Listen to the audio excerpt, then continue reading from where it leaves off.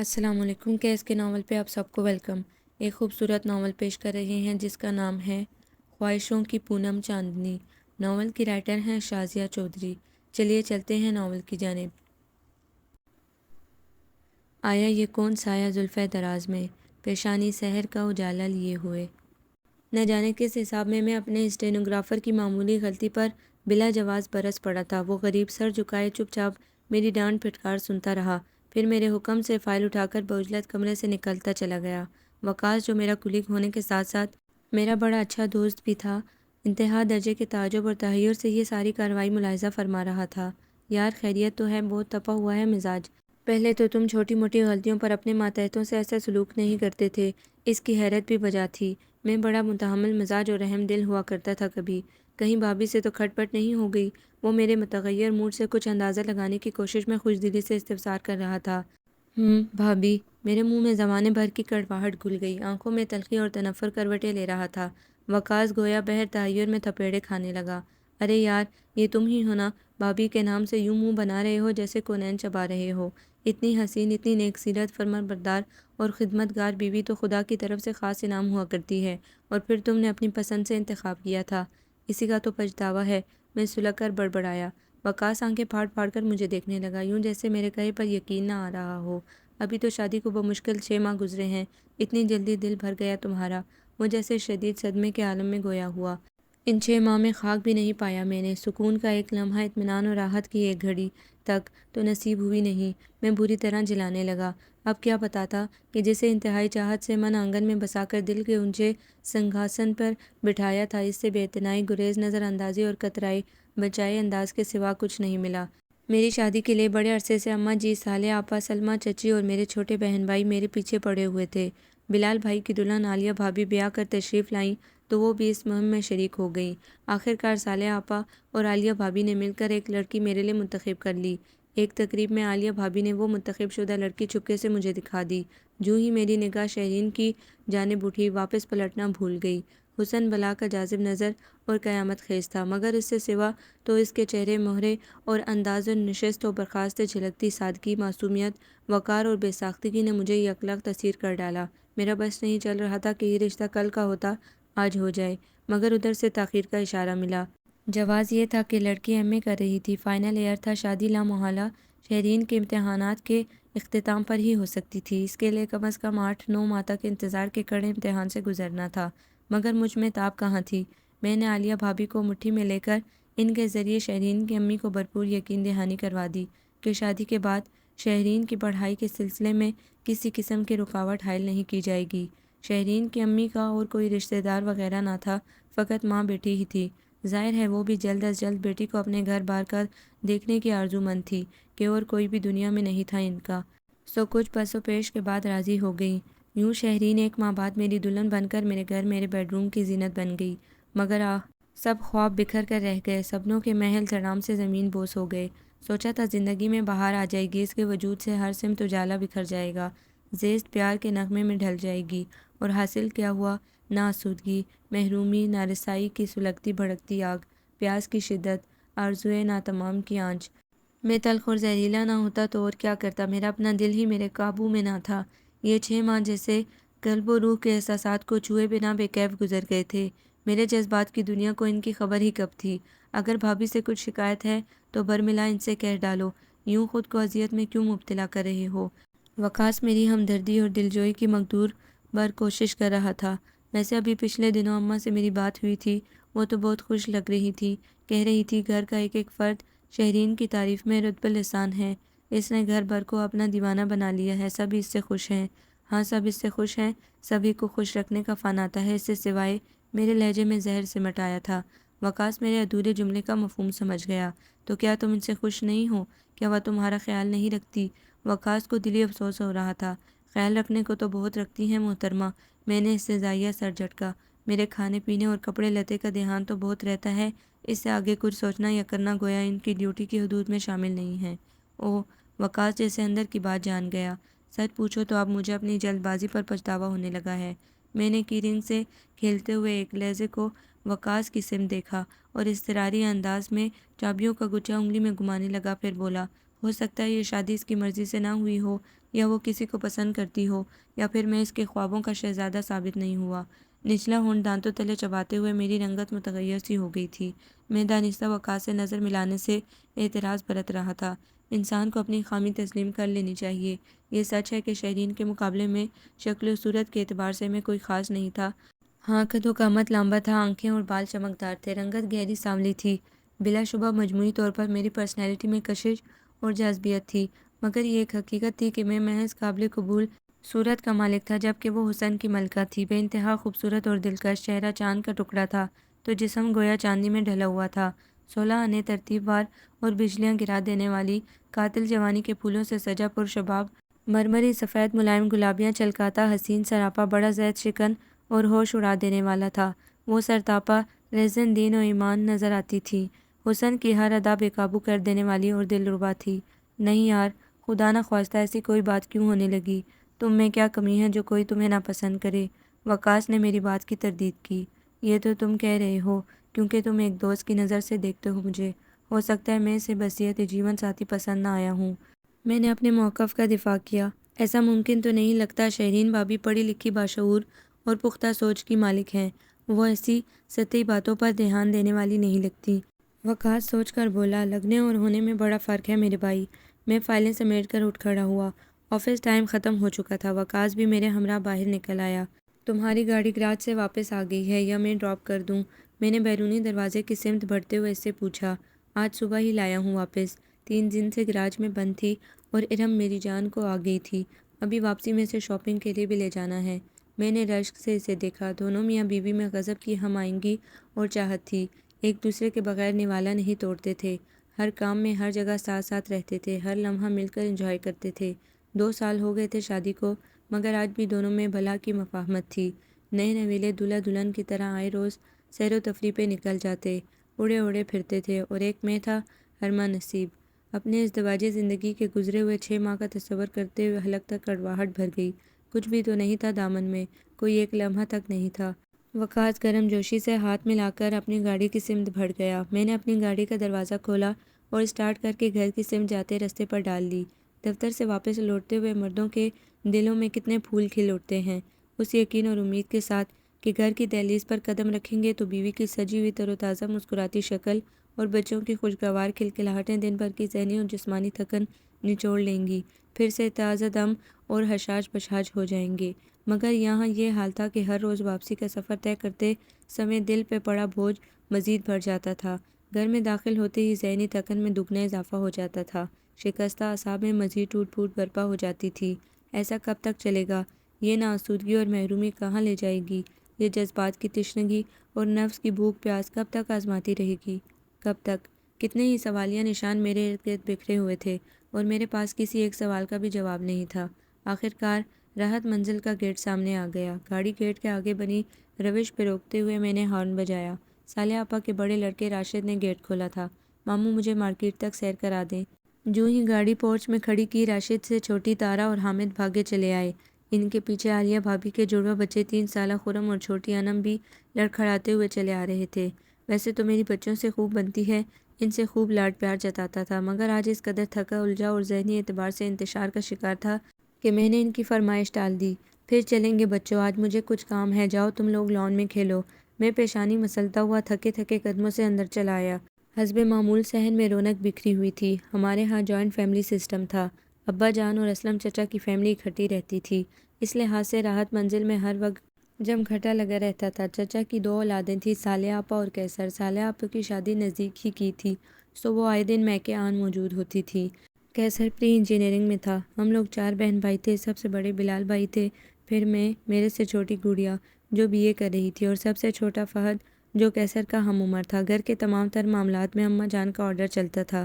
گھر میں ایک ہڈ بونگ سی مچی رہتی تھی ہمہ وقت۔ اس وقت منظر کچھ یوں تھا کہ اماں جان اور سلمہ چچی تخت پر بیٹھی لہسن چھیل رہی تھی، کچھ فاصلے پر صالح آپا فراٹے سے اپنے سسرالی رشتہ داروں کی جملہ خوبیاں اور خامیاں نشر کر رہی تھی، ساتھ ساتھ اپنے 2 سالہ امجد کو دلیا کھلا رہی تھی۔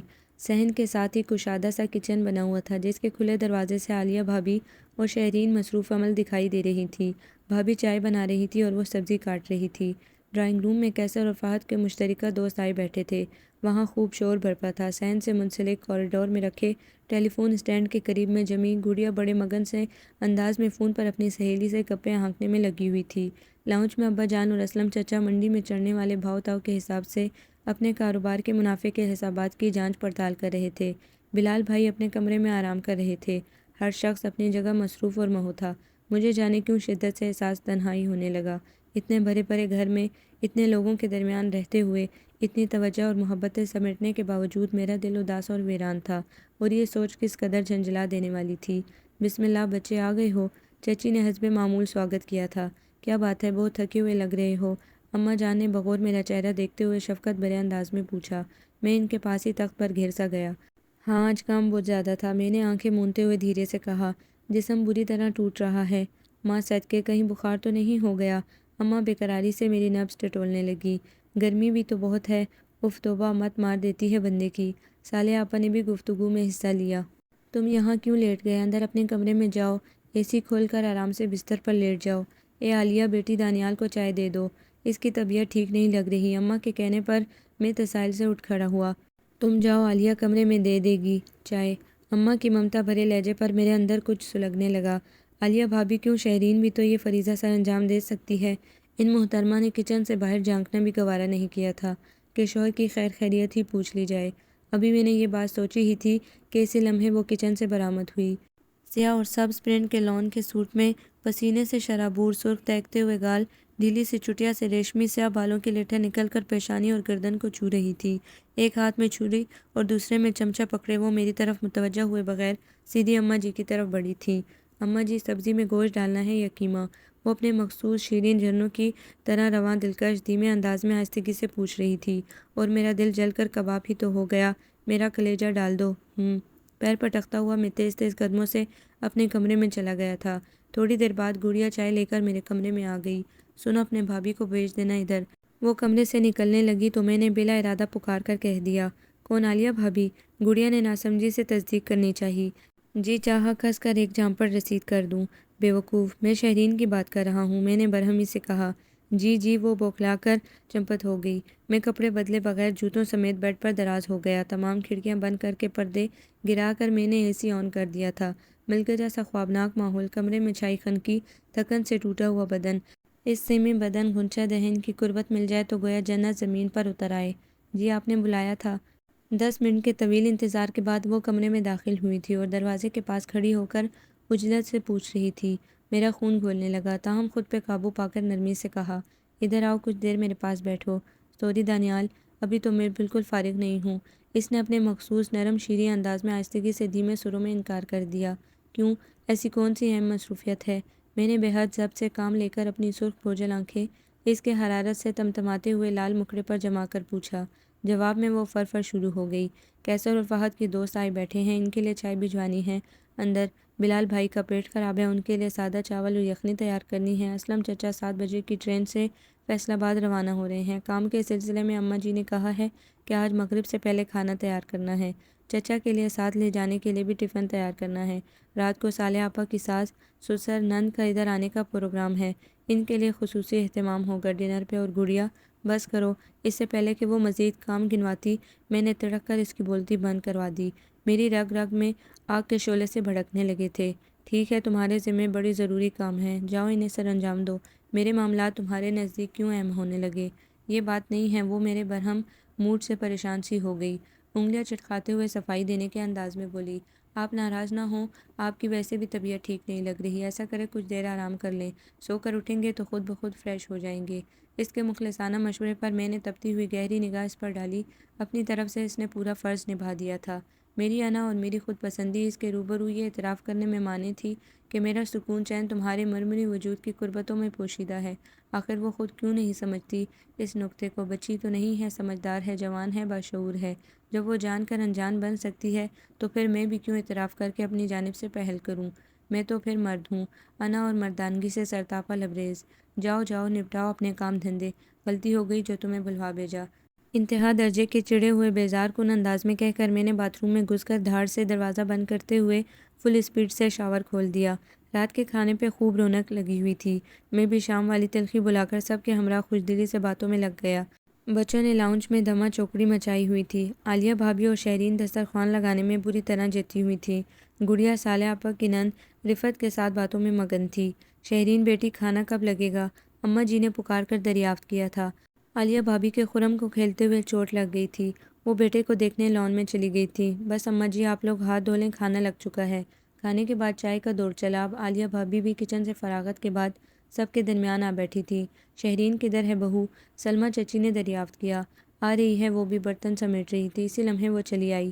ماشاءاللہ تمہاری دونوں بہویں لاجواب ہیں، پرتیلی اور فرمانبردار۔ صالحہ آپا کی ساس کھلے دل سے تعریف کر رہی تھی۔ رات گئے صالحہ آپا کی ساس اور نند رخصت ہوئیں۔ عالیہ بھابھی کچھ دیر بیٹھنے کے بعد خرم کو گود میں اٹھا کر بلال بھائی کے بلاوے پر اپنے کمرے میں چلی گئیں۔ اسی وقت کیسر اور فہد گھر میں داخل ہوئے۔ وہ اپنے دوستوں کے ساتھ ہی نکل گئے تھے باہر۔ بھابھی کھانا نکال دیں۔ شہرین بلا چوں چرا کیے کچن میں چلی آئی۔ میں لاؤنج میں بیٹھا CNN کے پروگرام دیکھ رہا تھا۔ کیسر اور فہد کو کھانا دینے کے بعد وہ برتن دھونے لگی، پھر کچن لاک کر کے فارغ ہو کر نکلی تو اماں جان کے کمرے سے آواز کان پڑی، شہرین بیٹی اپنے ابا جان کے لیے آنکھوں میں ڈالنے والی ٹیوب تو ڈھونڈ کے لانا، جانے دوپہر کہاں رکھ کے بھول گئے ہیں۔ وہ سعادت مندی سے کارنر سے ٹیوب اٹھا کر ان کو دے آئی۔ شہرین یار پلیز تمہیں زحمت تو ہوگی، ایک گلاس دودھ گرم کر دو گی؟ تمہارے بھائی جان مانگ رہے ہیں، مجھے تو خرم چین سے ٹکنے نہیں دے رہا۔ عالیہ بھابھی نے منت بھرے انداز میں اپنے کمرے سے نکل کر کہا تھا۔ کوئی بات نہیں بھابھی، آپ اپنے کمرے میں چلے، میں دودھ گرم کر کے لاتی ہوں، اس نے خلیق انداز میں مسکرا کر کہا۔ اب بات میری برداشت سے باہر ہو گئی تھی۔ صبر کی بھی کوئی انتہا ہوتی ہے آخر۔ میں ایک جھٹکے سے اٹھا، ٹی وی بند کیا اور اپنے کمرے میں چلا آیا۔ شب خوابی کا لباس بدل کر بیڈ پر دراز ہو کر آنکھوں پر بازو رکھے میں در حقیقت اس کا انتظار کر رہا تھا اور اندر ہی اندر کڑ رہا تھا۔ کوئی آدھے گھنٹے بعد دروازہ کھلنے کی آواز آئی۔ میں بے حس و حرکت پڑا رہا۔ آہستگی سے دروازہ بند کر کے وہ باتھ روم چلی گئی۔ شاور چلنے کی آواز سے اندازہ ہوا کہ وہ نہا رہی تھی۔ 10-15 منٹ بعد باتھ روم سے برآمد ہوئی۔ میں نے آنکھ کی جری سے دیکھا، گھنے سلکی بال آبشار کی شکل میں پشت پر بکھرے ہوئے تھے اور ان سے پانی موتیوں کی طرح برس رہا تھا۔ دودھیا گلابی چہرہ دھل کر ایک دم شگفتہ اور تر و تازہ ہو گیا تھا۔ یک لخت ٹھنڈے پانی کے 2-3 قطرے میرے چہرے اور بازو پر آن گرے۔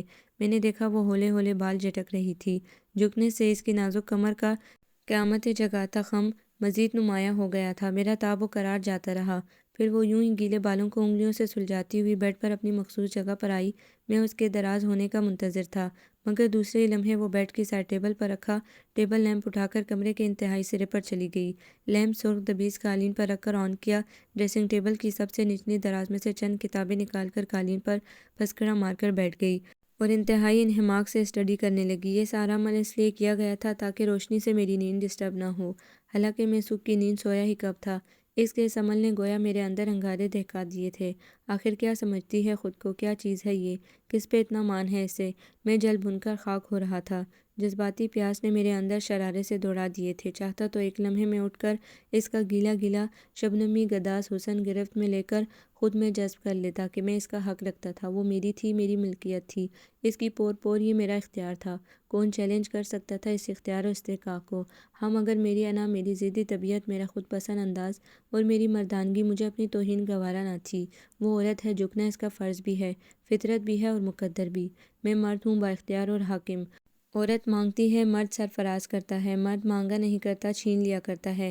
مگر جذباتی معاملات میں چھینا جھپٹی اور زور زبردستی صرف اسی صورت میں بھلی محسوس ہوتی ہے جب آپس میں تعلقات کی نوعیت پیار و محبت اور اعتبار و اعتماد پر مشتمل ہو۔ ایسا نہ ہو تو جارحانہ پن سے کچھ حاصل نہیں ہوتا، محض لمحاتی جسمانی تسکین ہاتھ آتی ہے۔ جذبات جوں کہ توں تشنہ اور ناتمام رہتے ہیں اور مجھے ایسی حیوانی تسکین درکار نہیں تھی۔ میں اس کے وجود کو پانا چاہتا تھا، مگر اس کے دل و دماغ اور احساسات کی تمام تر سپردگی اور رضامندی کے ہمراہ۔ میں نے کچھ سوچ کر بازو آنکھوں سے اٹھایا، یکلخت بستر سے اٹھ کر کمرے کا دروازہ کھول کر اوپر ٹیرس پہ نکل آیا۔ جذبات کے انتہائی عروج پر پہنچ کر اب کمرے میں موجود رہنا میرے لیے ممکن نہیں رہا تھا۔ میرا انگ انگ جیسے بٹی میں تپ رہا تھا۔ ٹھنڈی خوشگوار ہوا نے تپتے دہکتے جذبات پر فوار سی برسا دی تھی۔ میں بظاہر گرم مزاج کا، غصیلے اور سنجیدہ طور اتوار کا مرد نظر آتا تھا اور خاندان میں یہی شہرت رکھتا تھا، مگر چپکے سے بتا دوں کہ میں فطرتاً رومانٹک اور شوخ طبیعت رکھتا تھا۔ خصوصاً شہرین کو پہلی بار دیکھ کر میرے اندر بڑے رسیلے گداز جذبے جاگ پڑے تھے۔ بڑے سہانے خواب بنے تھے آنکھوں نے۔ وہ میری زندگی میں شامل ہوئی تو میرے اندر کا رومانوی شرارتی مرد مچل مچل اٹھا تھا۔ شادی کے شروع کے دنوں میں میں سارا دن اس کی قربت میں گزار دیتا۔ شہرین طبعاً خاموش اور شرمیلی تھی اور جذبات کے اظہار میں انتہائی کنجوس، مگر میرا جوش و خروش دیدنی ہوتا تھا۔ وہ دن بڑے رنگین اور مست تھے، مگر صرف وہی ابتدائی 8-10 دن۔ اس کے بعد شہرین نے خود ہی پہل کرتے ہوئے گھر والوں کے معاملات میں دخل اندازی شروع کر دی۔ کچن میں عالیہ بھابی کے ساتھ ہاتھ بٹانے لگی۔ کیسر اور فہد کی فرمائش پر کبھی کوئی پکوان بنایا جا رہا ہے، کبھی گڑیا کی پڑھائی میں مدد کی جا رہی ہے، کبھی خرم اور انم کی فیڈریں تیار کی جا رہی ہیں، ان کے کپڑے بدلے جا رہے ہیں، کبھی صالحہ آپا کی فرمائش پہ ان کے اور ان کے بچوں کی پسند کے کھانے تیار ہو رہے ہیں، کبھی اماں جان کا سوٹ سیا جا رہا ہے اور کبھی مہمانوں کی فوج ظفر کے موج کے لیے چائے پانی اور کھانے کھلانے کا اہتمام ہو رہا ہے۔ شروع میں اماں جان اور سلمہ چچی نے منع بھی کیا۔ ارے نہیں بیٹی، ابھی تو تم نئی نویلی دلہن ہو، ان ذمہ داریوں کے لیے عمر پڑی ہے۔ اور وہ بڑی سعادت مندی سے مسکرا کر کہتی، کوئی بات نہیں اماں جی، میرا اپنا گھر ہے، یہ میرا فرض بھی ہے۔ پھر آہستہ یوں ہوا کہ سب اس کے عادی ہو گئے۔ اب جس کو بھی کام پڑتا شہرین ہی کو پکارتا تھا اور وہ ماتھے پہ بل ڈالے بغیر اپنے مخصوص نرم خلیق انداز میں حاضر خدمت ہو جاتی۔ رفتہ میرے لیے اس کے پاس وقت تنگ پڑتا گیا۔ میں آفس سے واپسی پر اسے کمرے میں اپنے روبرو سجا سنورا دیکھنا چاہتا، مگر وہ خوبصورتی سے دامن بچھا لیتی۔ پلیز اس طرح اچھا نہیں لگتا، سب لوگ صحن میں موجود ہوں اور ہم الگ تھلگ کمرے میں بند ہو جائیں، یہ مناسب نہیں ہوگا۔ اماں جی پسند نہیں کریں گی؟ کیا انہوں نے ناپسندیدگی کا اظہار کیا ہے؟ میں برہمی سے پوچھتا۔ کیا تو نہیں ہے، مگر کہلوایا بھی کیوں جائے؟ یوں بھی اگر مرد بزرگوں کو نظر انداز کر کے بیوی کو لے کے الگ بیٹھ رہے تو گھر والوں کو اپنی توہین محسوس ہوتی ہے۔ آپ کیوں مجھے دوسروں کی نظروں میں بری بنانا چاہتے ہیں؟ دوسروں کا بہت خیال ہے اور میری پرواہ نہیں، میں سلگ جاتا۔ پرواہ ہے، بہت ہے، مگر دیکھے نا، اس گھر کی بہو ہونے کے ناطے بھی تو کچھ ذمہ داریاں عائد ہوتی ہیں نا مجھ پر۔ وہ دھیمے سے سمجھاتی۔ مجھے سخت زہر لگا کرتی تھی۔ کبھی میں بہت موڈ میں ہوتا اور اسے ہمراہ لے کر آؤٹنگ کے لیے جانا چاہتا تو حسب سابق وہ پھر رکاوٹیں کھڑی کر ڈالتی۔ یوں اکیلے جانا اچھا نہیں لگتا، یا تو یوں کریں، گڑیا خرم اور انم کو بھی ساتھ لے چلتے ہیں، 2-4 محلے کے لوگوں کو بھی پکڑ لاؤ۔ میرا خون شریانوں میں ابلنے لگتا۔ سارا موڈ ہی چوپٹ ہو کے رہ جاتا ہے۔ چھٹی کے روز میرا دل چاہتا وہ کمرے میں میرے پاس میری نظروں کے سامنے موجود رہے۔ اپنی ڈھیر مصروفیت میں سے ٹائم نکال کر 2 گھڑی کو وہ پاس بیٹھتی تو اسی لمحے اماں جی، سلمہ چچی یا عالیہ میں سے کوئی آواز دے ڈالتا اور وہ میرے موڈ کی پرواہ کیے بغیر 1 سیکنڈ میں اٹھ کے یہ جا وہ جا، یا پھر خود ہی اسے کوئی کام یاد آ جاتا۔ او ہو، ابا جان کے کرتے کے بٹن لگانا تھے، انہوں نے شام کو پہننا ہے، میں 1 منٹ میں آتی ہوں۔ یا پھر یاد آیا، اماں جی نے کہا تھا اچار کے مرتبان میں تیل ملا دینا۔ کیسر نے اپنی شرٹ دی تھی استری کرنے کے لیے۔ گڑیا کو کچھ سوالات حل کروانے تھے میں نے، اور جانے کیا کیا۔ غرض یہ کہ میرے پاس فراغت سے بیٹھنے کے لیے اس کے پاس کوئی وقت نہ تھا، اور کوئی کام نہ ہوتا تو مجھے اذیت دینے کے لیے اس کی پڑھائی، اس کی کتابیں، اس کے ٹیسٹ ہی کیا کم تھے۔ گھر کے کاموں سے فارغ ہوتی تو اپنی کتابیں لے کر بیٹھ جاتی۔ رفتہ یوں ہوا کہ پھر میں نے اسے گلہ کرنا بلکہ کہنا ہی چھوڑ دیا۔ وہ کسی کام سے اٹھ کے جاتی تو روک ٹوک نہ کرتا، چپ چاپ بیٹھا رہتا۔ کبھی ایسا بھی ہوتا کہ میں اسے مصروف دیکھ کر کہتا، اس کام سے فارغ ہو کر میری بات سن جانا، ضروری کام ہے۔ اچھا، وہ مصروف سے انداز میں کہتی، پھر میں انتظار ہی کرتا رہ جاتا۔ وہ اپنے لامتناہی کاموں میں لگ کر بھول جاتی۔ رات کو یاد آتا تو معذرت خواہانہ انداز میں کہتی، سوری دانیال، مجھے دراصل ٹائم ہی نہیں مل سکا آپ کی بات سننے کا۔ کوئی بات نہیں، میں بنا کسی تاثر کے چپ اختیار کر لیتا، اور پھر یوں ہوا کہ معذرت کی یہ رسم نبھانا بھی ختم ہو گیا۔ وہ سرے سے بھول ہی جاتی تھی کہ میں نے اسے بلاوا بھیجا تھا۔ میں یاد دلاتا تو رسان سے کہتی، واقعی ذہن سے نکل گیا، چلیے آپ بتا دیجئے کیا بات تھی؟ کچھ نہیں، میں کڑ کر کوئلہ ہو جاتا، اور پھر میں نے کچھ کہنا کہلوانا ہی چھوڑ دیا، مگر اس پہ کچھ اثر نہیں ہوا۔ وہ اسی طرح مصروف و مشغول رہتی تھی۔ دوریاں، بدگمانیاں اور تلخیاں بڑھتی جا رہی تھیں، مگر اسے پرواہ ہی کب تھی۔ پھر یوں ہوا کہ رابعہ علی کی آمد نے ساکن جیل میں پتھر پھینک کر ارتعاش پیدا کر دیا۔ کیا بات ہے دانیال صاحب، آپ بہت الجھے نظر آتے ہیں۔ رابعہ کی تشویش بھری آواز نے مجھے چونکا دیا تھا۔ میں دونوں کونیاں ٹیبل پر ٹکائے سر دونوں ہاتھوں میں تھامے سوچوں کے اژدہام سے لڑ رہا تھا۔ کوئی پریشانی ہے غالباً آپ کو؟ اس کے ہمدردانہ انداز پر میں نے یوں ہی نظر اٹھا کر اس کی سمت دیکھا۔ رابعہ علی کو یہاں جاب کرتے ہوئے ابھی ہفتہ 10 دن ہی گزرے تھے، مگر وہ اپنے خوش خلق، بشاش اور ہمدردانہ رویے کی بدولت بہت جلد آفس کے اسٹاف سے گھل مل گئی تھی۔ سانولی رنگت اور گہرے براؤن گھنگھرالے بالوں والی رابعہ علی بظاہر تو عام سی لڑکی نظر آتی تھی، مگر اس کے لب و لہجے اور انداز کی خوش باشی دوسروں کو متوجہ کر لینے کی بخوبی صلاحیت رکھتی تھی۔ ہر وقت ہنستی مسکراتی رہتی، دوسروں سے ہمدردی اور تعاون سے پیش آتی تھی۔ نہیں، ایسی بات نہیں ہے، میں نے مروتاً کہا، مگر وہ اپنی بات پر مصر رہی۔ ایسی ہی بات ہے۔ ٹھہریے، پہلے آپ کو ایک کڑک چائے اور گرما گرم پکوڑے کھلواتے ہیں، پھر بات کریں گے۔ وہ کھانے پینے کے معاملے میں خاصی چٹوری تھی۔ آئے دن آفس کے نزدیکی ہوٹل یا ریڑھی چھابڑی والے سے کچھ نہ کچھ منگواتی رہتی۔ اس وقت بھی زبردستی میرے لیے چائے اور پکوڑے منگوائے اور بے تکلفی سے اصرار کر کے مجھے بھی کھلائے اور خود بھی کھاتی رہی۔ اسے بات سے بات نکالنا خوب آتا تھا، یوں ہی ادھر ادھر کی باتیں کرتی رہی۔ مجھے توجہ بٹانے کے لیے کوئی ذریعہ چاہیے تھا، سو دل بہلانے کو اس کے چھوٹے چھوٹے شگفتہ چٹکلے اور بے معنی باتوں میں دلچسپی لینے لگا۔ یوں وقت گزرنے کا پتہ نہیں چلا۔ جب وہ میری ٹیبل سے اٹھ کر اپنی سیٹ پر گئی تو حیرت انگیز طور پر میرے سر کا درد اور ذہنی بوجھل پن دور ہو چکا تھا۔ میں فریش سے انداز میں فائلیں نپٹانے لگا۔ پھر وہ اکثر میری ٹیبل پر آ جاتی یا کبھی کبھار میں اس کے پاس چلا آتا۔ ہم لوگ یوں ہی ادھر ادھر کی باتیں کرتے رہے۔ کبھی کوئی سیاسی بحث چھڑ جاتی، کبھی کسی معاشرتی سماجی موضوع پر طبع آزمائی کی جاتی اور کبھی آفس کے معاملات پر تبادلہ خیال ہوتا۔ وہ ہر موضوع پر کھل کر زور و شور سے بولتی تھی۔ اس کی معلومات بڑی وسیع اور مکمل ہوا کرتی تھی۔ مجھے اس سے بات کر کے بڑا مزہ آتا تھا، اس سے گفتگو کر کے خود کو بہت ہلکا پھلکا محسوس کرتا تھا۔ کبھی وہ یوں ہی چٹکلے چھوڑنے لگتی، میں دلچسپی سے اسے سنتا رہتا، محظوظ ہوتا رہتا۔ وہ خود بھی بہت ہنستی تھی اور مقابل کو ہنسا دینے کی صلاحیت سے بھی مالا مال تھی۔ اب مجھے آفس جانے کی جلدی رہتی تھی۔ آفس جا کر خوب دل لگتا تھا۔ جو وقت وہاں گزرتا بہت خوش باش اور دلچسپی سے پر گزرتا تھا۔ شہرین کے سرد، بے نیاز اور گزیرپا رویوں کی چبھن پہ رابعہ کی دل نواز باتیں گویا مرہم سا رکھ دیتی تھیں۔ اب میں نے بھی اس کے رویوں کی پرواہ کرنا چھوڑ دی تھی۔ چلنے گڑنے کی بجائے خود بھی بے نیازی کی پالیسی اپنا لی تھی۔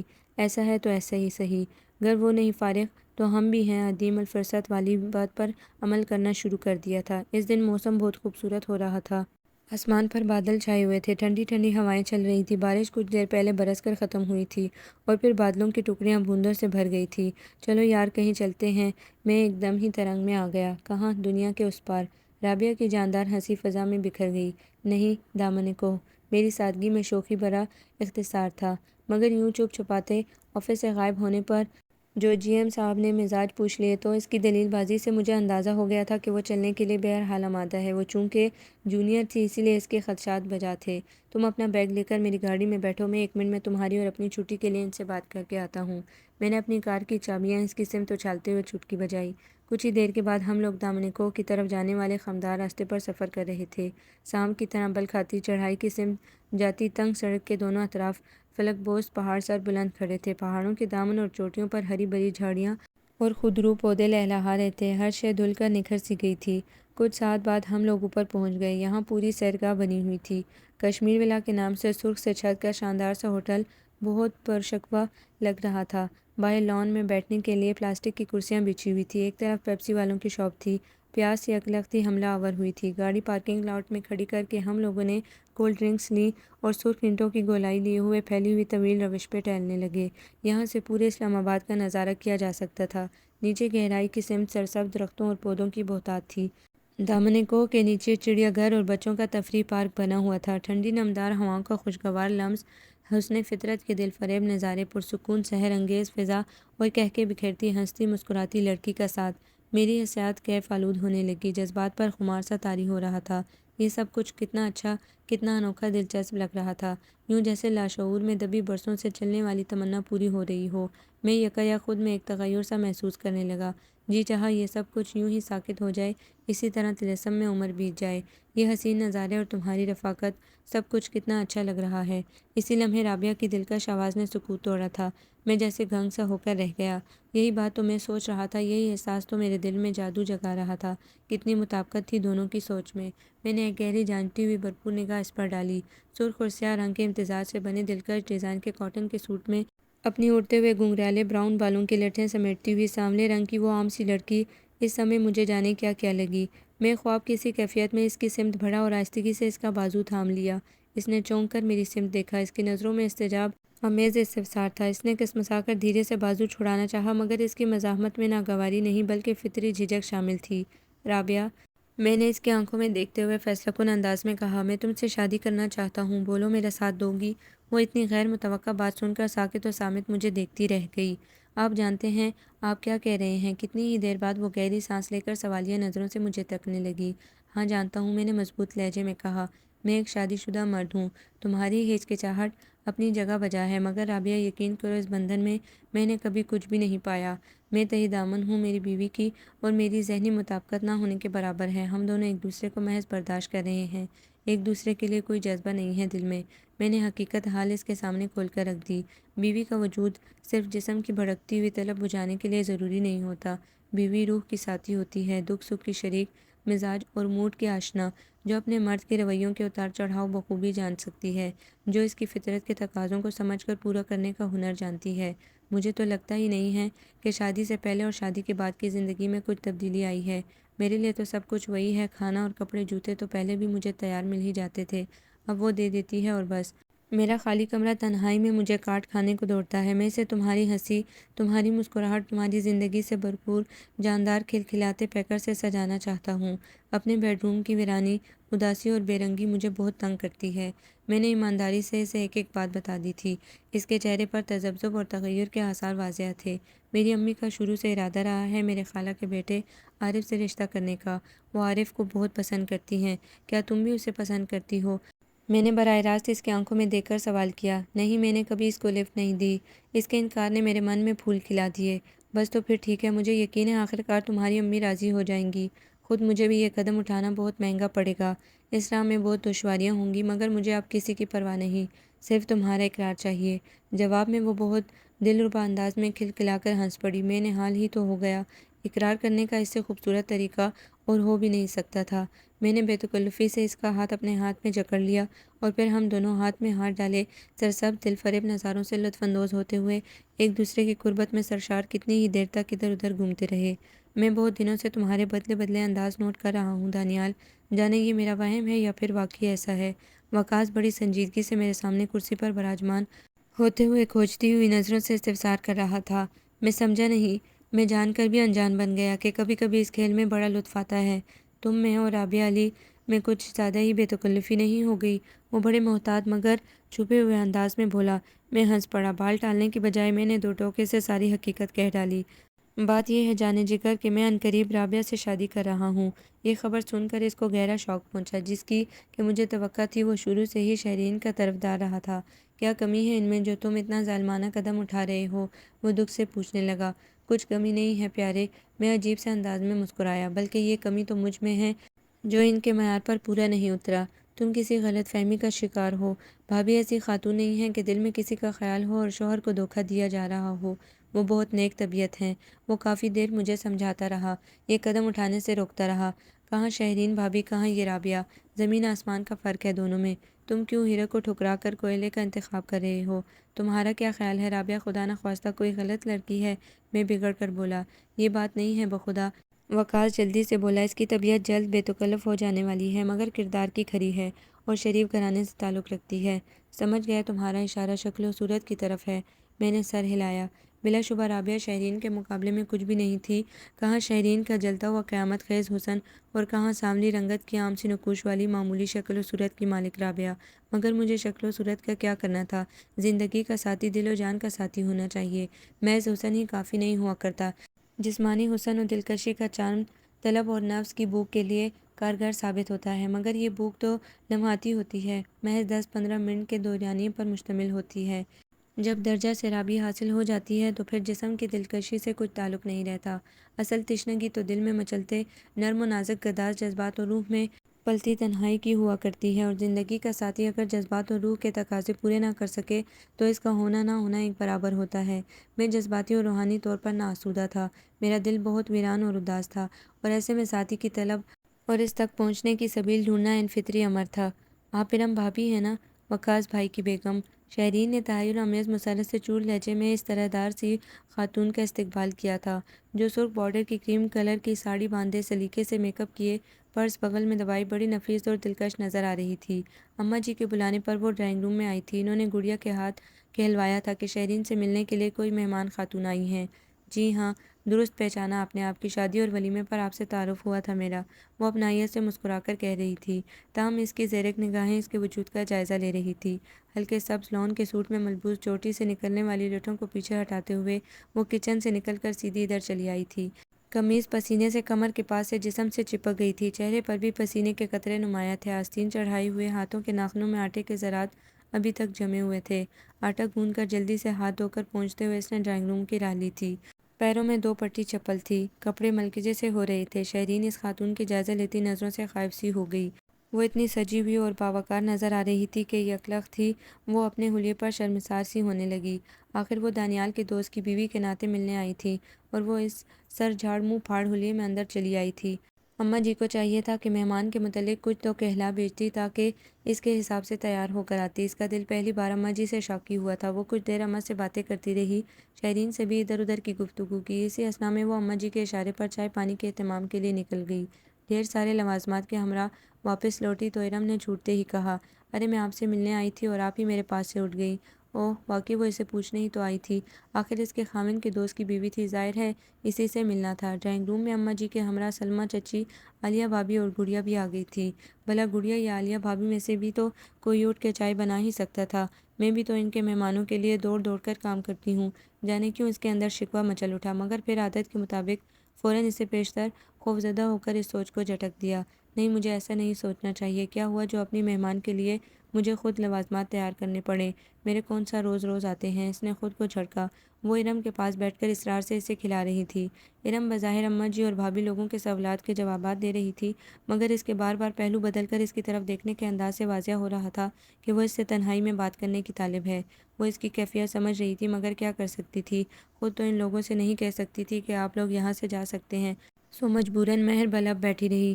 شکر انہیں خود ہی احساس ہو گیا۔ آہستہ آہستہ سب ہی نکل گئے۔ ارم نے بے اختیار سکون کی گہری سانس لی۔ او خدایا، کیا آپ سے ملنے آنے والے ہر مہمان کی ملاقات اسی پہرے داری والے ماحول میں کروائی جاتی ہے؟ اس نے اس قدر صاف گوئی سے کام لیا تھا کہ شہرین چکرا کر رہ گئی۔ نہیں یہ بات تو نہیں ہے۔ شہرین نے کچھ کہنے کی کوشش کی مگر بات نہ بنا سکی۔ اس نے اس کی بات اچک لی تھی۔ صاف لگ رہا تھا جیسے وہ لوگ آپ کے مکمل مالک و مختار ہیں اور آپ ایک فرمانبردار خدمتگار کنیز۔ بھلا آپ کی نند یا بڑی بھابھی نے اٹھ کر چائے کے لوازمات کیوں نہیں تیار کیے؟ ان کے مہمان آتے ہوں گے تو یقیناً آپ کو کچن سے فرصت نہیں ملتی ہوگی۔ کیا یہاں کے کسی فرد کو آپ سے ہمدردی نہیں ہے؟ او خدایا، کیا دوربین نگاہ تھی اور کتنی دور رس سوچ۔ نہیں نہیں، ایسی تو کوئی بات نہیں، سب لوگ میرا خیال رکھتے ہیں، میری قدر کرتے ہیں۔ اس نے بے اختیار احتجاج کیا۔ جی ہاں، کام کرنے والے جانور کی کون قدر نہیں کرتا، اس کے چارے پانی کا خیال تو ضرور رکھا جاتا ہے، اس نے طنزیہ کہا۔ شہرین کا چہرہ متغیر ہونے لگا۔ اس کی تیز نگاہ نے یہ تغیر بھانپ لیا۔ معاف کیجیے گا، آپ کو لگتا ہے یہ میری صاف گوئی بری لگی ہے، مگر آپ کو ایک بات کا یقین دلا دوں شہرین، کہ میں اس وقت آپ کی مدد کے لیے یہاں آئی ہوں، اور سچ پوچھیں تو میرا یہاں آنا اور آپ سے ملنا آپ کے حق میں نعمت ثابت ہوگا، یہ بھی آپ کو معلوم ہو جائے گا۔ خدا نخواستہ، شہرین نے بے ساختہ دھڑ دھڑاتے دل پہ ہاتھ رکھ لیا۔ مجھے تو کوئی مسئلہ نہیں، ایسی کیا بات ہو گئی؟ وہ اندر ہی اندر ہول رہی تھی۔ یہ بتائیے آپ کی شادی شدہ زندگی کیسے گزر رہی ہے؟ اس نے جواب دینے کے بجائے دو ٹوک سوال داغ دیا۔ بہت اچھی، سسرال میں سب مجھ سے خوش ہیں، اور آپ کے شوہر؟ وہ بھی مطمئن ہیں، ان کی ضرورتوں کا میں خیال رکھتی ہوں، البتہ وقت نہ دینے کا شکوہ انہیں رہتا ہے، مگر میں کسی نہ کسی طرح ان کی تسلی کرا دیتی ہوں۔ اچھا، وہ بے یقین نظروں سے اسے دیکھ رہی تھی اور اسے ان نظروں سے الجھن ہو رہی تھی۔ بقول آپ کہ آپ کا شوہر آپ سے مطمئن ہے، تو پھر وہ پرائی عورتوں میں دلچسپی کیوں لے رہا ہے؟ دوسری شادی کیوں کر رہا ہے؟ کیا؟ اسے یوں لگا جیسے کمرے کی چھت اس پر آن گری ہو۔ اڑے اڑے مختل حواس سمیت اس نے بونچھا ہو کر ان کی شکل دیکھی، کہیں وہ مذاق تو نہیں کر رہی، مگر ان کے تیور قطعی سنجیدہ اور پرسکون تھے۔ آپ سے کس نے کہا؟ اس کا حلق خشک ہو گیا تھا، چہرہ یکلخت سفید پڑ گیا تھا، آواز کانپ رہی تھی۔ میرے شوہر وقاص نے، اس نے بوجھل لہجے میں کہا، اور انہوں نے ہی آپ کی ہمدردی میں مجھے ساری صورتحال سے آگاہ کرتے ہوئے آپ سے ملنے کو کہا تھا کہ شاید کسی طرح آپ کا گھر اجڑنے سے بچ جائے۔ پھر ارم نے اسے دانیہ اور رابعہ علی کے تعلق کے متعلق سب کچھ بتا دیا۔ وہ سن سی بیٹھی سن رہی تھی، کان سائیں سائیں کر رہے تھے، آنکھوں کے آگے اندھیرا چھا رہا تھا، دل یوں دھڑک رہا تھا جیسے ابھی اچھل کر سینے کا پنجہ توڑ کر باہر نکل آئے گا۔ نہیں دانیال، ایسا نہیں کر سکتے۔ شہرین بے اختیار دونوں ہاتھوں میں چہرہ چھپا کے پھوٹ پھوٹ کے رو دی۔ دل درد سے پھٹا جا رہا تھا۔ مجھے سولی پر چڑھانے سے پہلے میرا جرم تو بتا دیا ہوتا، کیا قصور کیا تھا میں نے، کیا خطا تھی میری؟ وہ ہچکیاں لیتے ہوئے کہہ رہی تھی۔ ارم نے اپنا ہاتھ اس کے کندھے پر رکھ دیا۔ وہ ہمدردانہ نظروں سے اسے دیکھ رہی تھی۔ شہرین، اگر تم یہ سوالات ایمانداری سے اپنے آپ سے کرو تو خود بخود جوابات مل جائیں گے، وہ مدھم لہجے میں بولی۔ در حقیقت تم نے خود دانیال بھائی کو دوسری شادی کرنے کا جواز فراہم کیا ہے۔ اس نے جھٹکے سے سر اٹھایا۔ اس کے اشک اچانک ہی تھم گئے تھے۔ میں نے؟ اس کی حیرانی کی کوئی حد نہ تھی۔ ہاں آپ نے، ارم نے زور دے کر کہا۔ آپ اپنے سسرالی رشتہ داروں کی خوشنودی حاصل کرنے اور ان کی نظروں میں معتبر بننے کے چکر میں اتنا آگے چلی گئی کہ اپنے شوہر اور اس کے جذباتی تقاضوں کو بھول ہی گئی۔ آپ کو یہ بھی خیال نہ رہا کہ جس کے توسط سے آپ کے سسرالی آپ کے عزیز بنے تھے، اسی کی ذات سے بے نیازی برت رہی ہیں۔ مگر میں نے یہ سب کچھ انہی کو خوش کرنے کے لیے تو کیا تھا۔ وہ شدید تعجب سے ارم کو دیکھ رہی تھی۔ مجھے امی نے شروع سے یہی درس دیا تھا کہ شوہر کے دل اور گھر میں آباد رہنا ہے تو اس کے گھر والوں کی خدمت کرو، ان کی خوشی کا خیال رکھو۔ وہ روحانسی ہو رہی تھی۔ آپ کی امی کی بات درست ہے، مگر اس عمل میں انتہا تک نہیں پہنچ جانا چاہیے۔ اگر ایک حقدار کو اس کا حق دینے کے لیے دوسرے حقدار کا حق مار دیا جائے تو اس عمل کو پسندیدہ اور منصفانہ تو قرار نہیں دیا جا سکتا۔ انصاف اور احساس کا تقاضا یہ ہے کہ ہر فریق کو برابر کا حق دیا جائے، سب کا مشترکہ خیال رکھا جائے۔ کسی ایک رشتے کو بہت زیادہ اہمیت دینے سے دوسرے رشتوں میں دراڑیں پڑ جاتی ہیں۔ ہر رشتے کو اس کا جائز مقام، احترام اور اعتماد دینا چاہیے۔ آپ سسرالیوں کو خوش کرنے کے چکر میں اتنا حد سے گزر گئی کہ دانیال بھائی کی ذات آپ کی نظر سے اوجھل ہو گئی۔ اسی وجہ سے انہوں نے تنگ آ کر دوسری سبیل تلاش کر لی۔ ارم کی تجزیاتی گفتگو اور مشاہدہ غضب کا تفہیمی انداز لیے ہوئے تھا۔ شہرین پتھر کی بت کی طرح ساکت بیٹھی ٹکر ٹکر اسے دیکھ رہی تھی۔ شہرین، مرد کو سمجھنے کے لیے عورت کو بہت صبر و برداشت اور دانش مندی سے کام لینا ہوتا ہے۔ مرد کے جذباتی تقاضوں کو بروقت محسوس کر کے اس کی تشنگی دور نہ کی جائے تو وہ چوٹ کھائے ہوئے سانپ کی طرح خطرناک ہو جاتا ہے اور کسی بھی کمزور لمحے میں وار کر کے آپ کا گھر برباد کر سکتا ہے۔ جذباتی لحاظ سے تشنا مرد کے اندر بھڑکتی سلگتی آنچ دیتی آگ کو ٹھنڈا کرنا عورت ذات کی فطری ذمہ داری اور بحیثیت بیوی کے اس کے منصب کا تقاضا ہوا کرتا ہے، اور کوئی بھی عورت اپنے فرض اور ذمہ داری سے غافل رہ کر مرد کے دل پہ حکمرانی نہیں کر سکتی، مرد کو اپنا نہیں سکتی۔ یاد رکھو، مرد منطق سے نہیں جذبات سے متاثر ہو کر عورت کے آگے سپر ڈالتا ہے، وگرنہ ہاتھ نہیں آتا۔ اور آپ کی بدقسمتی کہ آپ نے اپنے مرد کے جذباتی تقاضوں کو اس کی روحانی و قلبی خواہشات کو سمجھنے اور سمجھ کر پورا کرنے کی کبھی زحمت گوارا نہیں کی، اسی لیے آپ دونوں کے درمیان کوئی جذباتی پل استوار نہیں ہوا جس کے بلبوتے پر دانیال بھائی آپ کی طرف واپس پلٹ آتے۔ لہٰذا وہ دوسرے کنارے پر اکیلے چلتے ہوئے نئی دلچسپی ڈھونڈنے میں کامیاب ہو گئے۔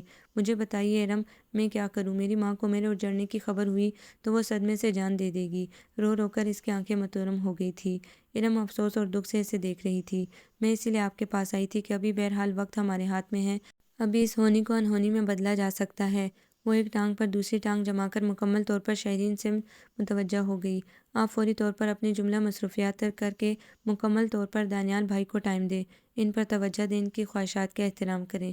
بلکہ میرا تو خیال ہے کچھ عرصے کے لیے آپ دونوں کسی تفریحی مقام پہ نکل جائیں اور ایک دوسرے کی رفاقت میں وقت گزاریں۔ مگر ایسا کیسے ممکن ہو سکتا ہے؟ میں مصروفیات کیسے چھوڑ سکتی ہوں؟ اس نے پریشانی سے کہا۔ ارم کی پیشانی پر ناگواری کے بل پڑ گئے۔ کیوں؟ کیا یہ مصروفیات جہیز میں ساتھ لے کر آئی تھی؟ نہیں، میرا مطلب ہے یہ سب کام میری ذمہ داری ہیں، مجھے ہی سر انجام دینے ہیں۔ میں نہیں کروں گی تو کچھ قیامت نہیں آ جائے گی۔ آپ تو صرف 8 ماہ قبل اس گھر میں آئی ہیں، آپ سے قبل بھی تو سب کام ہوتے تھے، آخر انسان ہی کرتے ہوں گے۔ وہ چڑ سی گئی تھی۔ شہرین قائل ہو کر چپ ہو گئی۔ واقعی مجھ سے پہلے بھی تو سارے کام ہوتے ہی ہوں گے، اب کیوں گھر کا ہر فرد اس سے کام کے لیے میرا محتاج ہو گیا ہے؟ عالیہ بھابی بھی تو اس گھر کی بہو ہیں، وہ بھی یقیناً اپنا فرض پہچانتی ہوں گی، مگر اس کے ساتھ ساتھ وہ اپنے خاوند اور بچوں کو تو نہیں بھولی ہوں گی۔ یہ بات بھی سچ تھی۔ عالیہ بھابی کام ضرور کرتی تھی، مگر ایک طے شدہ شیڈول کے مطابق۔ اگر صبح کا کھانا بنا دیا تو دوپہر میں کچھ ہاتھ نہیں بٹاتی تھیں، یا پھر شام کا بنا دیا تو صبح ہاتھ پہ ہاتھ رکھ کے بیٹھی رہتی تھی۔ ماں سوائے مہمانوں کی آمد کے ان کا شروع سے یہی لگا بندہ اصول رہا تھا کام کرنے کا۔ اپنے ذمے کا کام پھرتی سے نپٹا کر وہ اپنے بچوں اور خاوند کے ساتھ کمرے میں چلی جاتی تھی، جبکہ وہ صبح سے شام تک کولوں کے بیل کی طرح اپنے ہوش بھلا کے ہر چھوٹے بڑے کا کام کرتی رہتی تھی، اور اس دن رات کی مشقت کے سبب اس کی پڑھائی کا بھی خاصا حرج ہو رہا تھا۔ رات کو جسم اس طرح نڈال ہو جاتا تھا تھکن سے کہ پڑھتے پڑھتے اونگ آ جاتی تھی۔ شکر تھا کہ ایم اے پرائیویٹ کر رہی تھی، اگر ریگولر کلاسز لیتی تو پھر یونیورسٹی سے آ کر اس قدر محنت کرنے کی ہمت ہی نہ رہتی تھی۔ پھر آپ کی نند بی اے کے امتحانوں سے فارغ ہو چکی ہے، جبکہ آپ کے ایم اے کے پیپرز شروع ہونے میں غالباً کچھ ہی عرصہ رہتا ہوگا۔ آپ کو تو ان دنوں کام شام بھلا کر ساری توجہ پرچوں کی تیاری کی سمت لگانی چاہیے، اور مجھے اندازہ ہو رہا ہے کہ آپ کی نند کو سوائے چائے کے اور کچھ بھی کھانا پکانا نہیں آتا ہوگا۔ ایسے میں اسے پلنگ پہ بٹھا کے کھلانے کی عادت ڈال کر ایک قسم کی اس سے دشمنی نہیں کر رہی؟ ارم اس کی آنکھیں کھول رہی تھی۔ یہی تو دن ہیں اس کے سیکھنے کے، آخر اس کو پرائے گھر جانا ہے۔ آپ اسے اپنے ساتھ کام پہ لگایا کریں، اور سبزی بنانے، کاٹنے یا چاول چننے کا کام تو آپ کی ساس اور چچی ساس ہی بیٹھے بیٹھے کر سکتی ہیں، بلکہ کرتی رہی ہیں۔ دونوں ماشاءاللہ صحت مند ہیں۔ میں یہ نہیں کہتی کہ بزرگ کام کریں اور بہو بیٹیاں آرام کریں، مگر یہ ضرور ہے کہ جہاں بھرا بھرا گھر ہو وہاں ہر شخص کو مقدور بھر ہاتھ بٹانا چاہیے۔ صرف ایک شخص پر اتنے بڑے گھر کی ذمہ داری ڈال دینا انسانیت نہیں ہے۔ اگر فیملی چھوٹی ہو، دو چار افراد پر مشتمل ہو، تب تو کوئی بات نہیں، اکیلا بندہ کام نپٹا لیتا ہے، مگر جہاں خاندان کے خاندان آباد ہوں وہاں ہر ذمہ دار اور سمجھدار فرد پر کام کی برابر کی ذمہ داری عائد ہوتی ہے۔ آپ کے جوان دیور اور نند اپنے چھوٹے موٹے ذاتی کاموں کے لیے آپ کو پکاریں، آپ کی عیالدار نند آپ سے اپنے بچوں کی خدمتیں کروائے، آپ کی جیٹھانی اپنے کام کروا کے آپ کی باری میں آپ کی مہمان کے لیے ایک کپ چائے بھی نہ بنا سکے، اور آپ کی ہٹی کٹی صحت مند دو عدد ساسیں آپ کی سلجھو اور خدمتگار عادت سے فائدہ اٹھاتے ہوئے ہل کر ایک گلاس پانی پینے کی روادار بھی نہ رہیں، اس کے لیے بھی آپ کو آواز دیں۔ آپ کو اپنے شوہر کے پاس بیٹھ کر دو گھڑی دل کی بات نہ کرنے دیں، جان بوجھ کر رات گئے تک آپ کو مصروف عمل رکھیں، آپ کی اسٹڈی کا خیال کیے بغیر آپ کو پڑھنے سے اٹھا دیں، اور آپ چوں چرا بھی نہ کریں۔ اوف خدایا، یہ کہاں کا انصاف ہے، اور کیا آپ روبوٹ ہیں؟ بنا احتجاج کیے وہی ازلی عاجزانہ انداز میں ان کی خدمت کیے جا رہی ہیں۔ خدا کے واسطے خود کو بدلیے، وگرنہ کہیں کی نہ رہیں گی۔ ہر شخص آپ کو بدھو بنا کر اپنا الو سیدھا کرتا رہے گا، اور آپ کے ہاتھ سوائے رسمی شکریہ کے سکوں کے اور کچھ نہیں آئے گا۔ وہ بہت تلخی سے حقیقت کی نقاب کشائی کر رہی تھی، اور شہرین دم وہ خود بیٹھی سن رہی تھی۔ دیکھیے، اگر اب بھی آپ نے اس بیگار سے نجات نہ پائی تو آپ دانیال بھائی کو ہمیشہ کے لیے کھو دیں گی۔ وہ اٹھ کھڑی ہوئی تھی جانے کے لیے۔ میں یہ نہیں کہتی کہ بحیثیت ایک بہو کے اپنے جملہ فرائض سے غافل ہو جاؤ، مگر یہ ضرور کہوں گی کہ اتنا ہی کرو جتنا تمہارا حصہ بنتا ہے، جس حد تک تم کسی کا حق مارے بغیر اور خود پہ جبر کیے بغیر کر سکتی ہو۔ سسرالیوں کو ضرور خوش رکھو، مگر پہلے اس بندھن کو تو مضبوط و مربوط کر لو جس کے ناطے سسرال والوں سے رشتہ جڑا تھا۔ وہ بندھن ہی نہ رہا تو سسرالی رشتے بھی کہاں رہ جائیں گے۔ ارم اس کے گال تھپ تھپا کر چلی گئی، اور اس کا وجود جیسے آندھیوں کی زد میں آ گیا۔ لڑکھڑاتے قدموں سے شل وجود گھسیٹتی جانے کیسے اپنے بیڈ روم تک آئی تھی۔ کمرے میں آ کر دروازہ لاک کر کے بستر پر گر سی گئی تھی۔ حالانکہ ابھی دوپہر کا کھانا بنانا تھا، مگر اس میں سکت ہی نہ رہی تھی۔ ارم کی سیسا پگھلائی آواز سماعت میں رہ رہ کر ہلچل مچا رہی تھی۔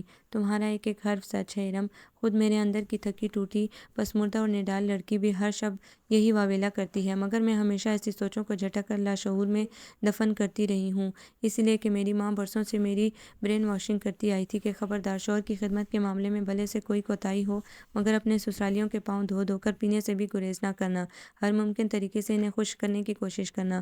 شوہر تبھی تمہارا بنے گا جب تم اس کے گھر والوں کو خوش رکھو گی، وگرنہ بہت جلد تم سے متنفر ہو جائے گا۔ وہ تو انہی کی ہدایت پر عمل کرتی رہی تھی۔ امی کی اس نصیحت کے پس پردہ ان کے اپنی ماضی کی تلخ داستان پوشیدہ تھی۔ امی کی شادی بھی بائی پسند سے ہوئی تھی۔ شادی کے بعد شوہر اور سسرال والوں نے خوب ناز اٹھوائے۔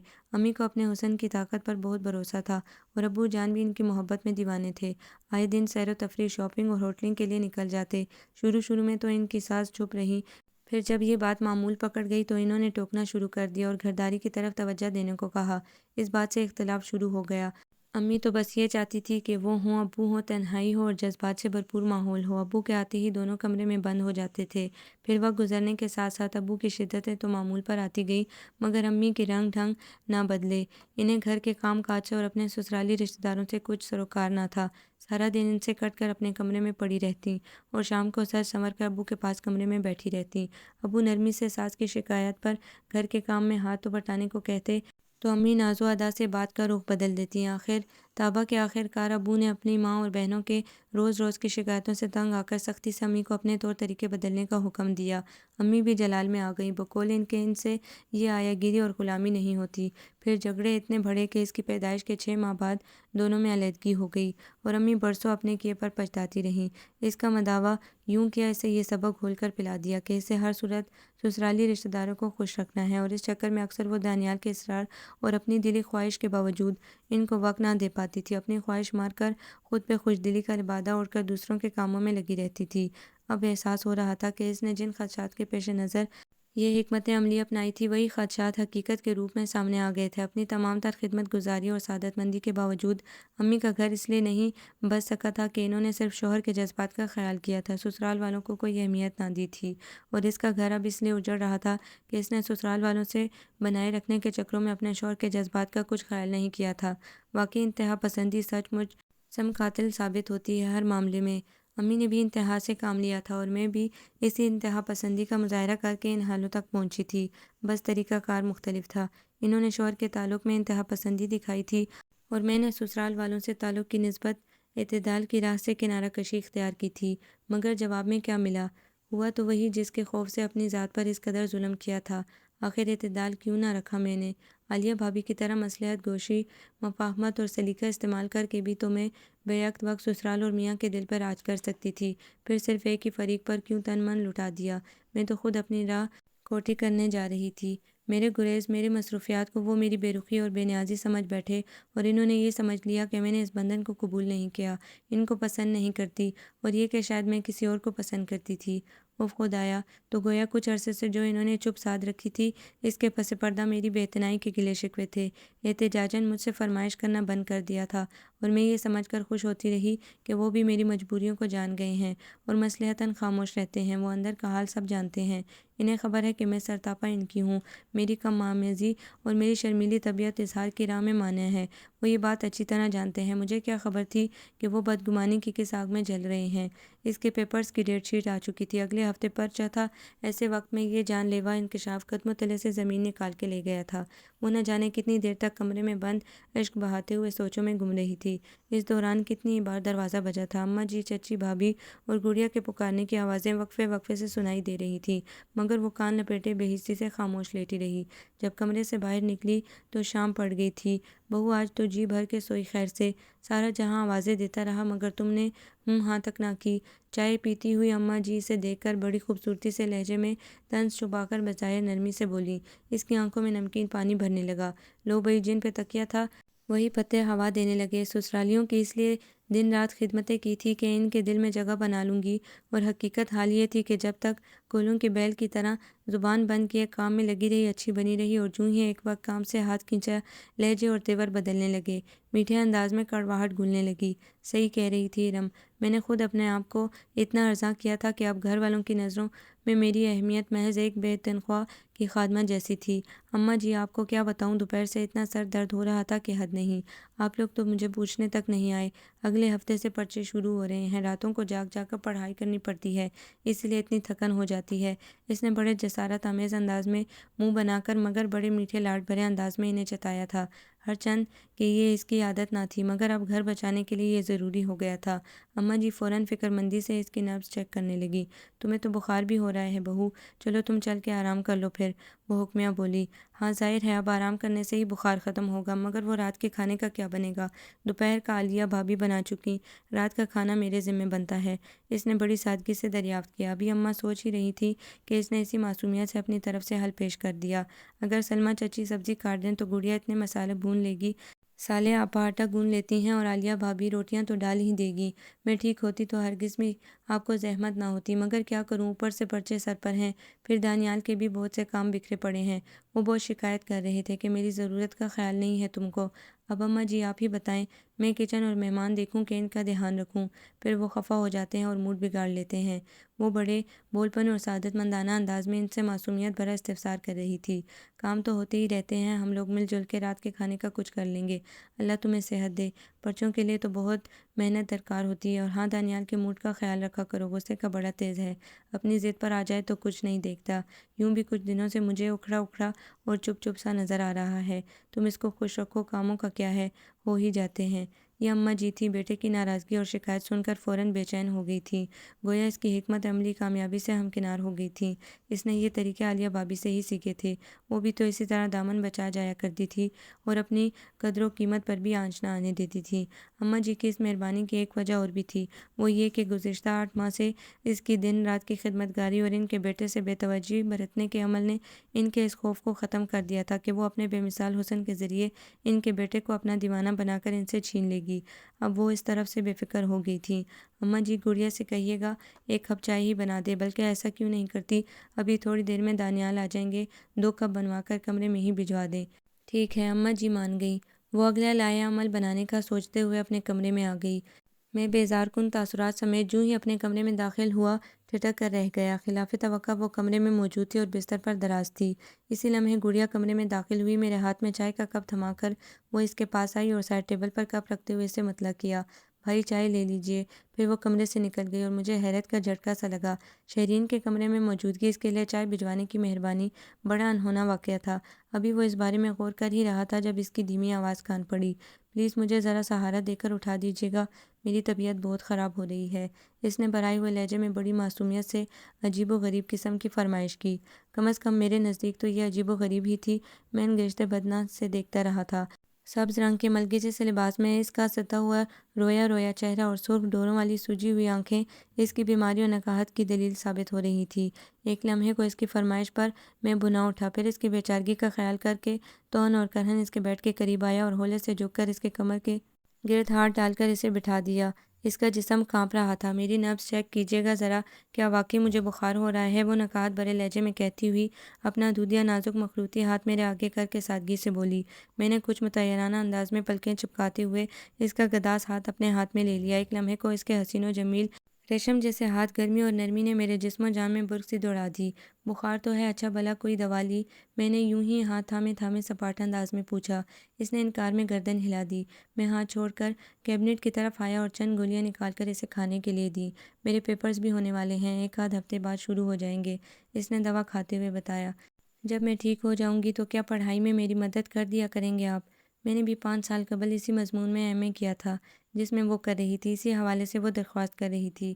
اس کے انداز مجھے بے طرح چونکا رہے تھے۔ بھلا ایسا کب ہوا تھا کہ وہ اپنی کوئی فیلنگز، کوئی احساس میرے ساتھ شیئر کرے؟ ابھی ٹھیک تو ہو لے پہلے، میں نے تو یہی کہا، کیوں نہ ہم لوگ کہیں باہر چلیں، ہو سکتا ہے باہر کی تازہ ہوا اعصاب کی تھکن دور کر دے، اس نے انوکھی فرمائش کی۔ واہ رے وقت کے شہزادے، کبھی میں آؤٹنگ کے لیے ترسا کرتا تھا اور آج خود سے آفر کی جا رہی تھی۔ اب کہاں سے ٹائم نکل آیا تمہارے پاس؟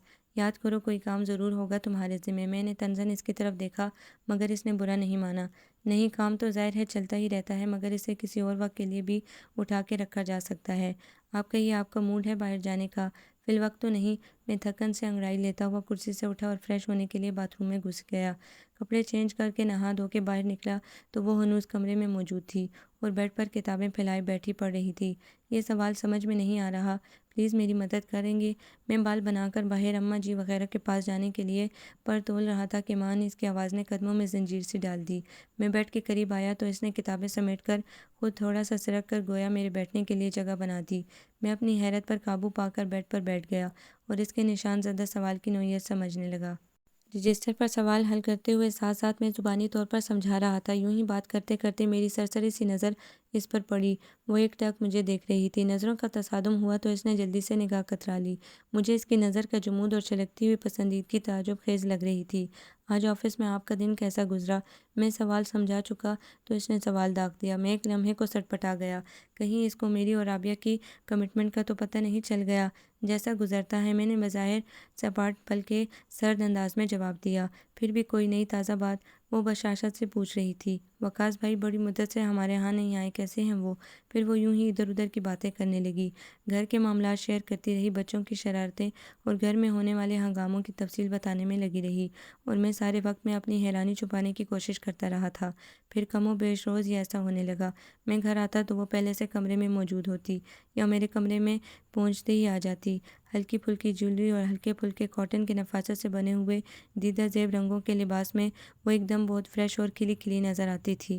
اس کا خود سپردگی والا انداز بتدریج میری توجہ اپنی جانب مبذول کیے جا رہا تھا۔ رابعہ کی اسی اسٹائل سے تو متاثر ہوا تھا اور زندگی کا اتنا بڑا فیصلہ کر ڈالا تھا۔ میں اگر اپنے ضدی پن اور انا پسندی کے چکر میں چپ بھی رہتا تو بھی شیرین بولتی رہتی تھی، ادھر ادھر کی باتیں لے بیٹھتی تھی۔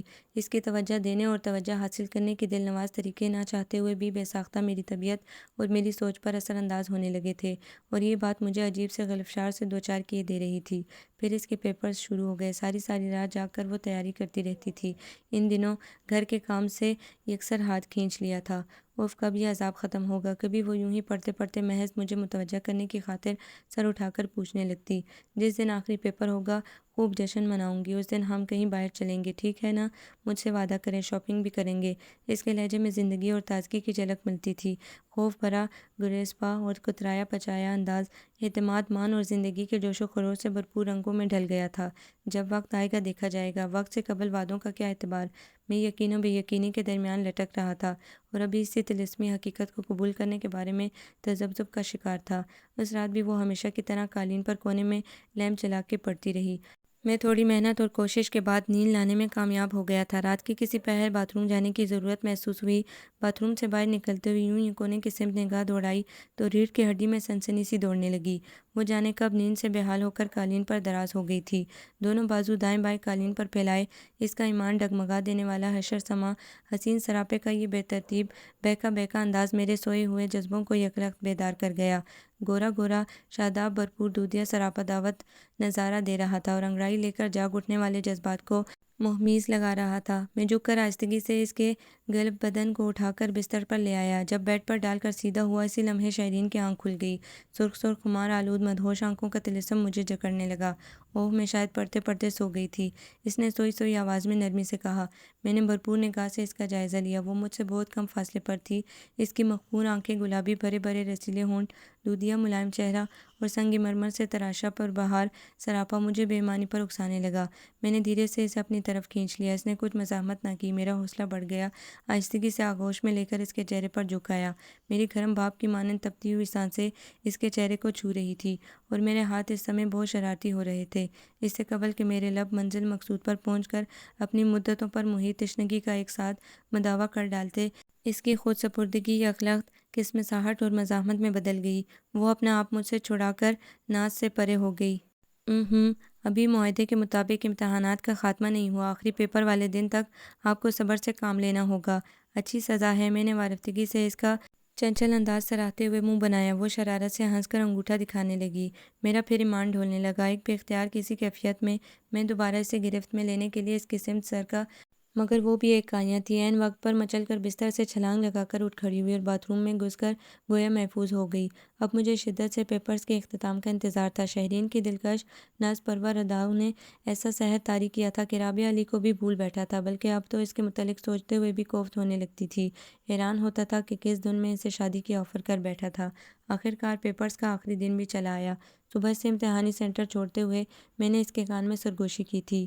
یاد ہے نا اپنا وعدہ؟ آج آخری پرچہ ہے، اب جشن منانے کی تیاریاں کر رکھو۔ شام کو میں نے آفس سے نکلنے میں بہت عجلت کا مظاہرہ کیا۔ ابھی سیڑھیاں طے کر کے پارکنگ لاٹ کی طرف آ رہا تھا کہ پیچھے سے رابعہ نے آواز دے کر روک لیا۔ وہ میرے پیچھے ہی آ رہی تھی۔ تم نے کیا سوچا ہے دانیال؟ کب میری امی سے بات کرو گی رشتے کی؟ وہ آج کل میں میری بات عارف سے طے کرنے والی ہیں۔ وہ پریشانی سے میرا منہ تک رہی تھی۔ یہ تو اچھی بات ہے، گھر کا بندہ ہے، دیکھا بالا ہے، پھر تمہیں چاہتا بھی ہے، تم ہاں کہہ دو۔ میں نے گاڑی کا دروازہ کھولتے ہوئے جان بوجھ کر بے پرواہی اختیار کی تھی۔ وہ ہکا بکا مجھے دیکھتی رہ گئی۔ یہ تم کہہ رہے ہو دانیال؟ تمہاری بہتری کے لیے کہہ رہا ہوں۔ میں اور تم ایک دوسرے کے لیے نہیں بنے رابعہ، یہ حقیقت ہمیں تسلیم کر لینی چاہیے۔ غلطی بہرحال میری زیادہ ہے کہ میں بیوی کی بے اعتنائی سے بدگمان ہو کر تمہاری طرف بڑھا تھا۔ تم نے غلطی یہ کی کہ ایک شادی شدہ پرائے مرد کی جذباتیات سے مغلوب ہو کر اس کی باتوں پر ایمان لے آئی۔ بہرحال میں معذرت خواہ ہوں تمہارے جذبات کو ٹھیس پہنچانے پر۔ جب ٹھنڈے دل سے غور کرو گی تو اس فیصلے پر مطمئن ہو جاؤ گی کہ اسی میں ہم دونوں اور ہم سے وابستہ بہت سارے عزیز لوگوں کی بھلائی ہے۔ بیسٹ آف لک۔ میں کہہ کر رکا نہیں تھا۔ مجھے جلد از جلد اسے روبرو دیکھنے کی تمنا تھی۔ صحن میں داخل ہوتے ہی بے قراری سے ادھر ادھر نظر دوڑائی، مگر وہ نظر نہ آئی۔ کمرے میں داخل ہوا تو ایک لمحے کو مبہوت کھڑا رہ گیا۔ سیاہ سلک کی ساڑی میں اپنا فتنہ انگیز سراپا سمیٹے، بالوں اور ہاتھوں میں گجرے سجائے، کندن کا پورا سیٹ پہنے، ہلکے ہلکے میک اپ میں مسکراہٹ کی بجلیاں گراتی ایک ایک کر کے میرے تمام تر جذبات و احساسات کو بے قابو کر گئی۔ اپنے پیچھے دروازہ لاک کر کے میں بےتابانہ اس کی سمت بڑھا اور اس سے قبل کہ وہ کوئی مزاحمت کرتی، اس کے مرمری خوشبودار سراپے کو اپنے خواہشات کی بٹی میں دہکتے بھڑکتے سینے میں جذب کر کے اس کے وجود کا تمام تر گداز اور ٹھنڈک گویا اپنے من میں انڈھیل لی۔ کتنا پاگل کیے رکھا ہے تم نے، کتنا ستایا ہے مجھے۔ اس کی پلکوں، ہونٹوں اور وجود کی شرمیلی لرزشوں کو خود میں جذب کرتے ہوئے میری آنکھوں میں رنگ حنا اتر آیا تھا۔ بے قرار جذبے طوفان بلاخیز کی طرح میرے وجود کو بہا لے جا رہے تھے۔ آج اس کا یہ سنگھار، یہ سپردگی، یہ سراپا بلا خوف و گمان میرے لیے تھا۔ اس کے حسن فتنہ سما کا ہر روپ، ہر انداز میرا تھا۔ میں اسے بیڈ پر لے آیا۔ سچ بتاؤ تمہارا قبلہ کیسے درست ہوا؟ میں شہرین سے شرارت سے دریافت کر رہا تھا۔ جب سے آپ نے قبلہ بدلنے کا سوچا تھا، شہرین کے جواب نے یکلخت آگہی کے دروا کر دیے، گویا وہ رابعہ علی کے قصے سے واقف ہو چکی تھی۔ مجھے شرمندگی سی ہونے لگی۔ ویسے تو دوسری عورت کا وجود بہت ناپسندیدہ اور منحوس ہوا کرتا ہے، مگر تمہارے معاملے میں بہت کارگر ثابت ہوا۔ دوسری عورت پہلے سے سب کچھ چھین لیا کرتی ہے، مگر یہاں دوسری عورت کے ذریعے میں تم تک اور تم میرے تک آنے میں اور ہم ایک دوسرے کو پانے میں کامیاب ہو گئے۔ اس لحاظ سے رابعہ کا وجود خاصا بابرکت ثابت ہوا۔ میں نے شرمساری مٹانے کو بات کا رخ پلٹا تھا۔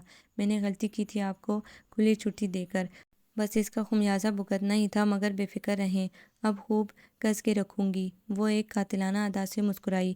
کس لو بھئی جتنا جی چاہتا ہے، ہم کب انکاری ہیں۔ میں اس پر جھک کر وارفتگی سے پیار کے پھول اور ستارے نچھاور کرنے لگا۔ وہ محجوب ہو کر مجھ ہی میں چھپنے لگی۔ میں اس سمے اپنے آپ کو مالا مال تصور کر رہا تھا۔ خواہش کی پونم چاندنی بکھر کر من آکاش پہ چھا گئی تھی۔ کتنی ہی دیر ہم ایک دوسرے میں کھوئے رہے۔